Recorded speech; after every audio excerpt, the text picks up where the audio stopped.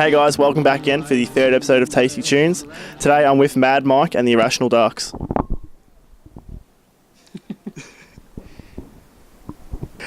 So you guys have met in a share house. How did you guys come up with the idea to become a band together then? Just want to start it out by saying Fausto's pretty cooked today, so so hopefully he does the right answering the questions. How do we start a band? I don't know. We just I don't even know that Fausto played music really for the first few months I was here, just because I wasn't playing too much at the time, and then I think one of us had a guitar out one day, and we saw that we both played music, and we just started jamming, and then I don't know, one thing led to the next, and we just ended up recording the EP, and yeah, what do you get to say? Yeah, it's the same thing. I mean, when we came here, I saw Charles playing guitar, and I said, "Man, I'm doing the same, so we should jam one day." And yeah, something happened. So we decided to make this band, basically. So how long were you guys living together then before you realised you both play music, you both like what the sort of music you guys play? It would have been I think it was a couple of months, yeah. Definitely, at least. And we had a few, I think the start of it, we had a few backyard parties, and you were DJing a little bit. Yeah. Yeah, you were playing with Marco, another guy, he's a guitar player. So yeah, basically everything started for fun. We were playing in this backyard almost every night because it was the beginning of spring, I think. So summer.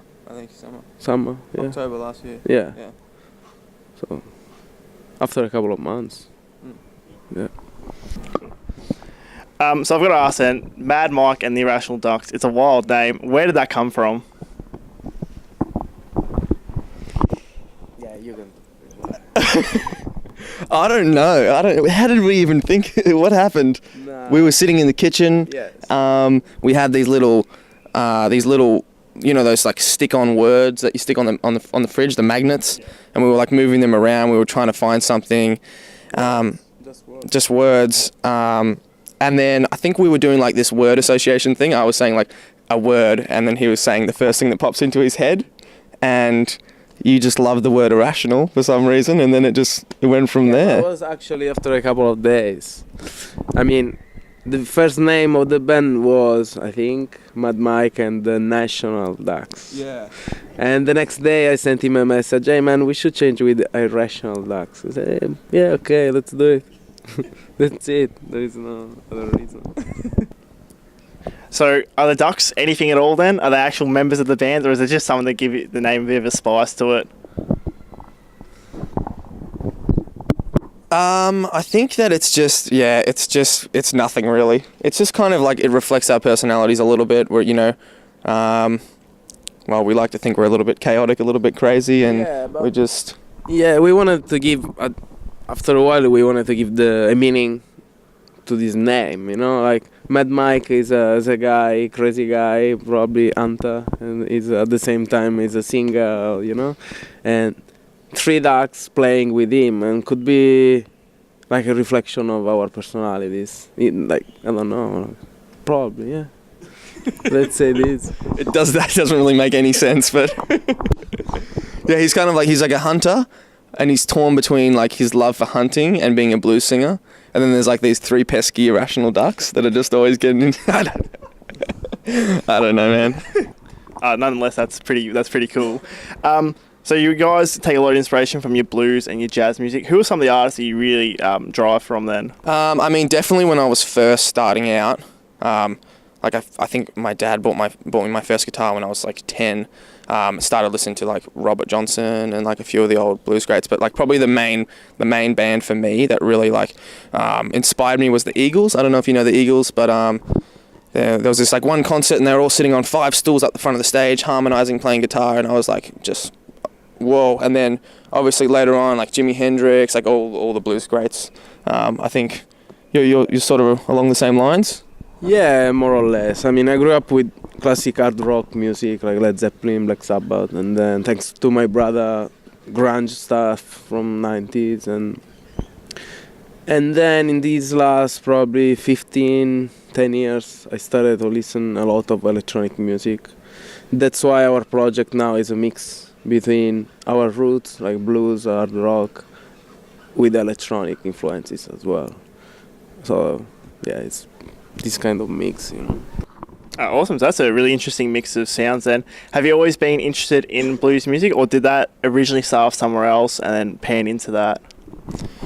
I think, I don't know, I grew up with three sisters, so I listened to, like, on the way to school in the car, a lot of just, like, you know, like, this was back in early 2000s, it was Barbie Girl and all that stuff.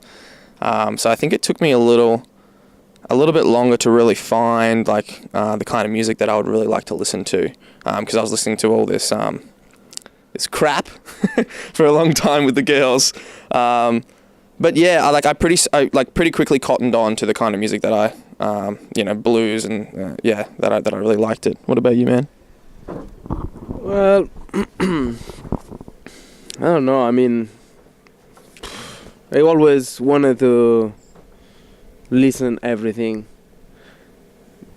Like this album, was Barbie Girl, for example, for me was one of the best.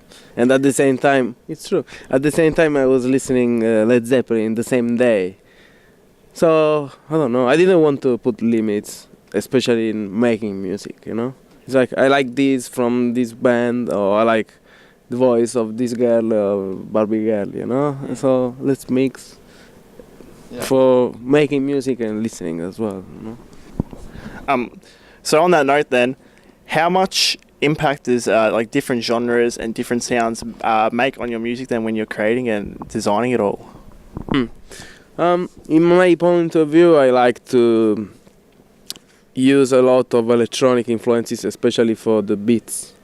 Because I really love drums, like acoustic drums, but at the same time, thanks to probably Skrillex, you know, the dubstep explosion in these last years, I wanted to use this kind of sounds. Obviously, I was influenced by Daft Punk as well, you know. So I prefer to use electronic influences, especially for rhythm.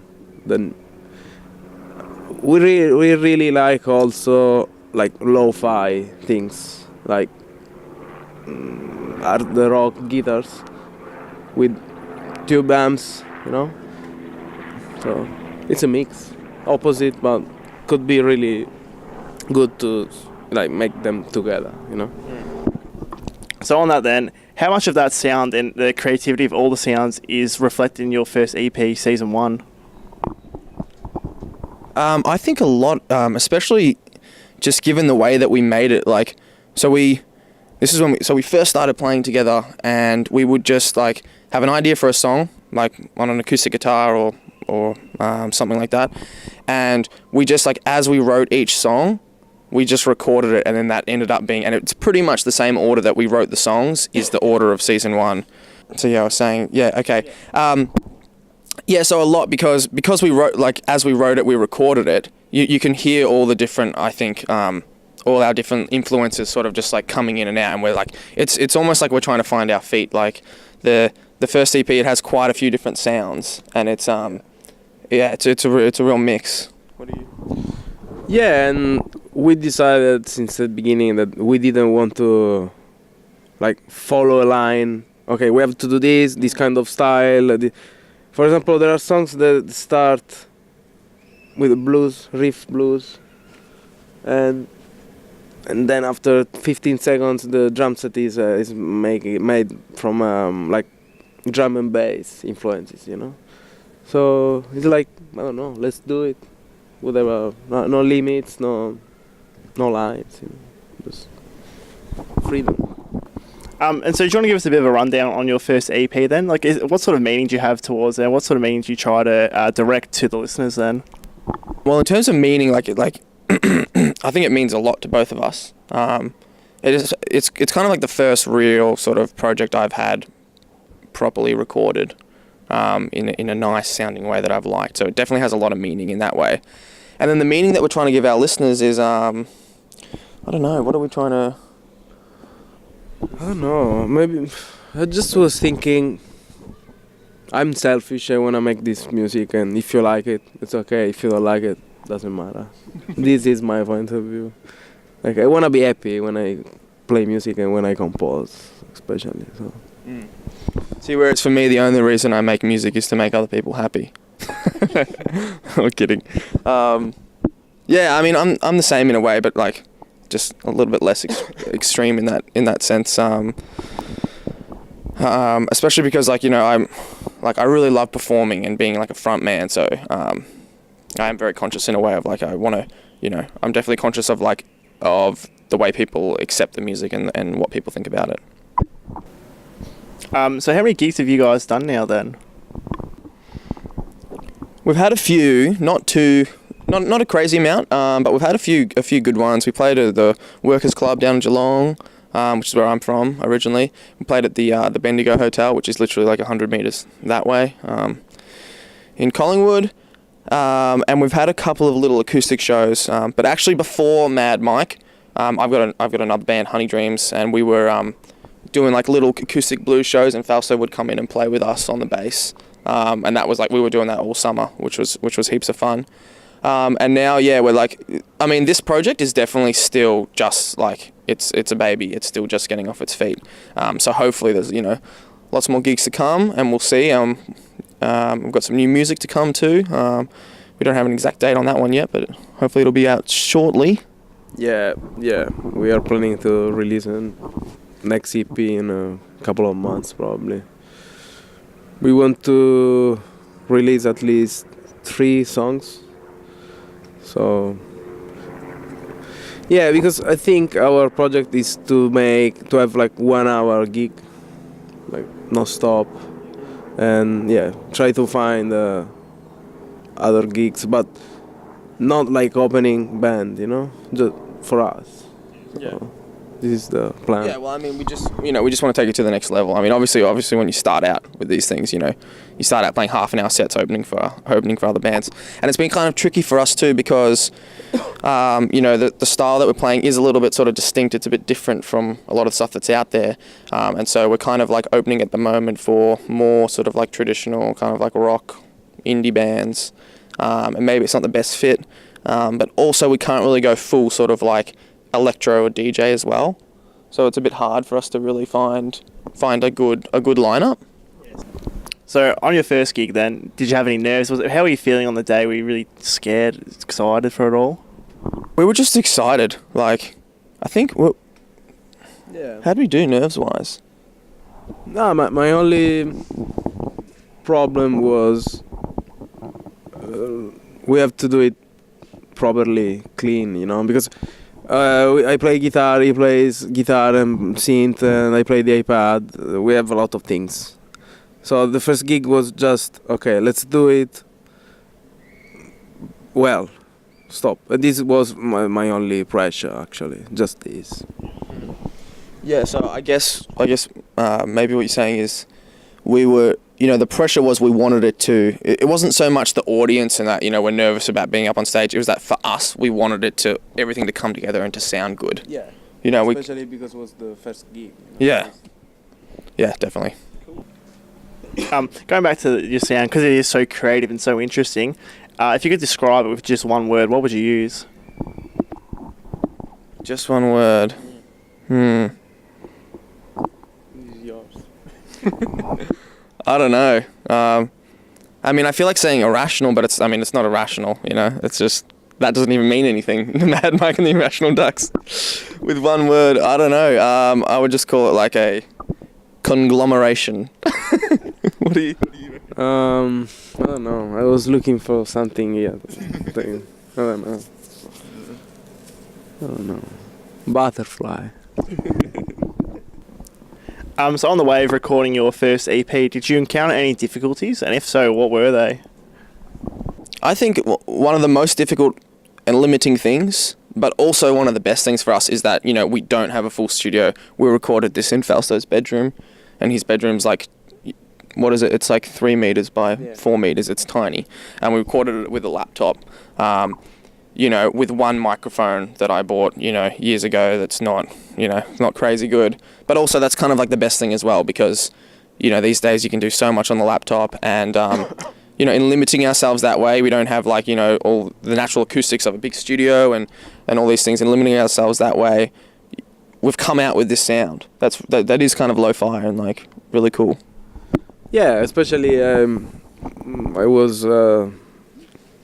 was thinking to use this kind of issues of a small room without like the right stuff to record to make it interesting, I like to, for example, the microphone is no good. Okay, this is awesome for me, I don't like the really clean sound. It depends. It's just about taste. So for us was enough. I'll direct this one more to you, Falster. You were saying you don't really like the cleaner sound. You prefer to work with a little murky, a little dirtier sound. Why is that exactly? I don't know. I've always been like fascinated about the lo-fi from 60s, like classic rock, noise everywhere, like in the amps, or especially from the amps. And I think it's because it gives to the sound a bit of character, it's like color, it's like old school photography, it's not digital or perfect. It's like a filter you use on Instagram, same kind of stuff, like lo-fi or vintage or whatever. It's like giving character to our music. And for us, it's necessary because we have a lot of electronic instruments in the songs, and you have to give them a bit of life, to make them interesting. Do you have the same viewpoint on it all then, Charles? Yeah, definitely. I have the same viewpoint, just a lot less technical than Fausto. He's obviously got the background of sound engineer, and so I kind of just follow along with you a lot with what you have to say about it. But definitely, I like the sound that we have, and in a way, Fausto produces the EP, and he makes a lot of the decisions about sort of the lo-fi and things like that. And I sit in and like I'm still coming along and learning about all that stuff. But I definitely love it, and I put in where I can. But I also like that Fausto like takes the reins and like produces it. And then when we're up on stage, like I like to take control and put on the show, be the performer. So I think you guys might be the first people to actually give me a slightly different response to everyone else. But do you find lyricism to be just as important as production, or do you find your production is a lot more impactful in the way your song sounds and the message you try or the feeling you try and deliver? So I take it that most people are saying that lyrics are the most important thing. Yeah, okay. I mean, for me, definitely, obviously, the lyrics mean a lot because I write them, and I want it to be interesting, and I write them about situations, in my life and things. But the overall feeling of the sound, of the production of the sound, goes a long way, and that's in large part, that's the. Yeah, I can say like lyrics or music are the body, and production could be the dress. So. You with all like the analogies today. Yeah, it's because I didn't sleep. So yeah, I think production is obviously it's necessary to give like meaning. For sure. So how do you guys then maintain the drive to keep going? Because obviously, especially off starting off small, it's always going to be hard if you get knocked back and stuff. So how do you keep the drive to want to keep performing and keep trying to create and get somewhere with it? Definitely, man. That's hard. Like, especially we both work. When we write music, it's in between the times when we're at work, it's very sort of like chaotic in a way. I mean, I don't know. You came through the house, like there's amps everywhere. There's like there's shit all over the place. It's a small place. But it's a big share house. There's lots of like people living here. It's hard to find the time. We're always annoying people. Like with this, with playing so much. We fully set up in the kitchen. And then we just like, everyone just walks around us and we put on like a full show in the kitchen. But like, we're hanging in there, we're doing it, and we love doing it, and we want to, hopefully we can, really make something of it. Yeah. Probably for me, the problem was more my job. I mean, it's not a problem, it's just that I work full time. So it's the same problem for him. We don't have a lot of time, and when we have a couple of hours, we try to make something. The beginning was different because I think I was still freelance, so I had more hours, 3 hours. It was summer, so on summer everything is different. You are happy, you are faster, and everything is like. And during winter was a bit different, but now we are starting again to. Yeah, we want to release a new EP before the end of the year, obviously. Looking down the track then, where would you have to be to call yourselves a success? Like, happy with where you've gone to? Jeez. I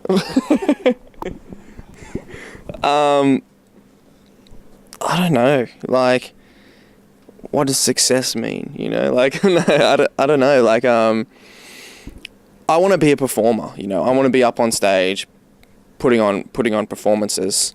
So to call myself a success in 5 years' time, or to call like the band a success in 5 years' time, would be to be up on stage, you know, playing every other week, to relatively, you know, to large numbers of people, and like having fun, putting on a show, and making people enjoy the music. But I think for you, it's completely different. Your take on it.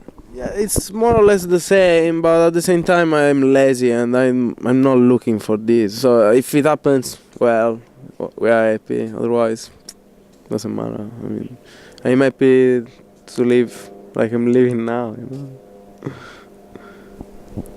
That's this one I always like to ask because there's always very contrasting opinions on it. Is there anything in music nowadays that you hear that you like just can't stand or that you do hate? Not really. I don't know. Nothing that really springs into my mind. You know, I like a lot of the stuff that's out there. Even, you know, all the pop stuff. It's all very well produced, and yeah. What do you think about it? I don't know. I think the fake one, like when music is made just for, I don't know, maybe money or for. Like when it's for just business, when it's too much, I don't like it. Because it's like, yeah, okay, you want to sell me something. Yeah. Okay, I know that it's a product for that people love, but I don't know. I think music is still art. It has to be made in a different way, not just for business. So I don't like that kind of aspect. But I love every kind of music. So you guys have mentioned that you've got a new EP on the horizon. When should we be expecting that, and what's it called? I don't know when it's gonna come out. We have the two songs. We have two songs from it completely finished, recorded, and we've had them finished for a month now, and they're completely opposite to each other. One of them I wrote when I was in like a really bad state of mind. It's a really sad song for me, but you love it and you don't think it's so sad. Yeah. And then the other song is like a dance party song kind of. And so I think we need to find some time to write some more music, add a song or another song to that. I mean, we were thinking actually just releasing them as 2 singles, but maybe we'll hold off for an EP. Is there a benefit to doing it like that? Is 2 singles as opposed to on an EP? Not really. It's just I don't know. It's just because we were thinking just to release new music. Because I mean, we don't have a label, we don't have anything, so we can do it tomorrow or tonight, or you know, it's. Yeah, we're pretty happy just putting it out. Yeah, exactly. It's just for this reason. It doesn't have to be, you know, so serious at this stage. Yeah, but at the same time, we were thinking to release an EP at least with 3 songs. So. And people like things in like packages, you know. Yeah, exactly. In terms of gigs and anything around that management sort of side of stuff, do you guys do it all yourself, or do you have friends, or do you have management that help you out with all that? We do it all ourselves at this stage, really.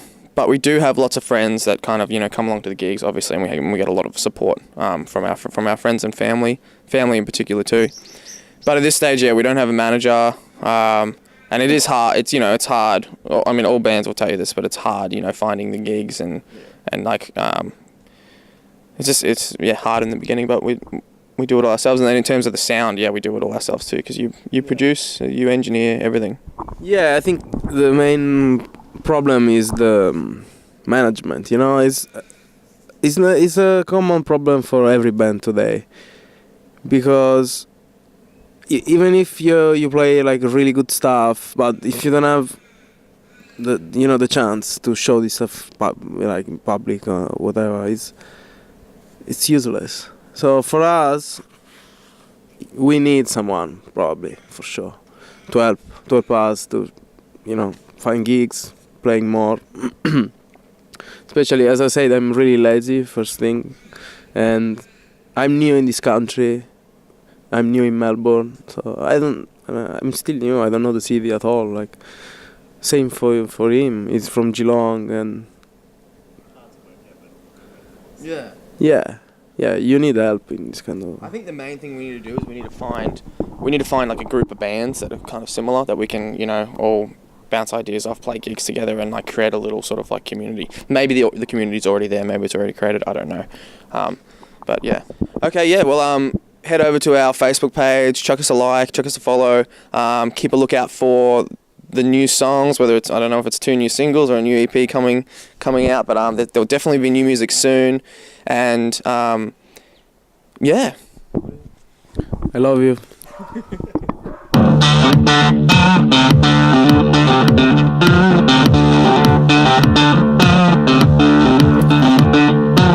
We got 3 pretty houses in a row, 1 white, 2 west, black haze in the night. Can I come inside? Can I come inside? Can I come inside? Can I?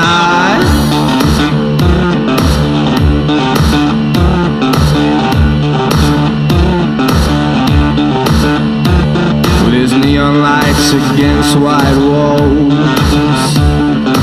Fish don't swim in circles no more. Just in straight line. Whoa, I'm a little bit sideways.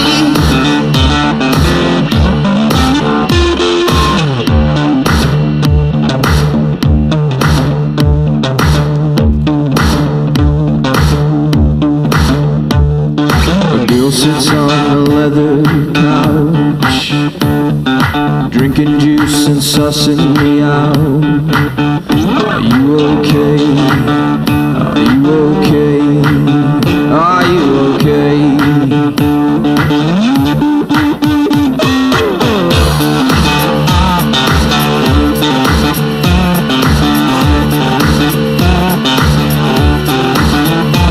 Well, I'm a nervous Nelly right now. A tingle in my bone make me wanna shout. I just want to shout.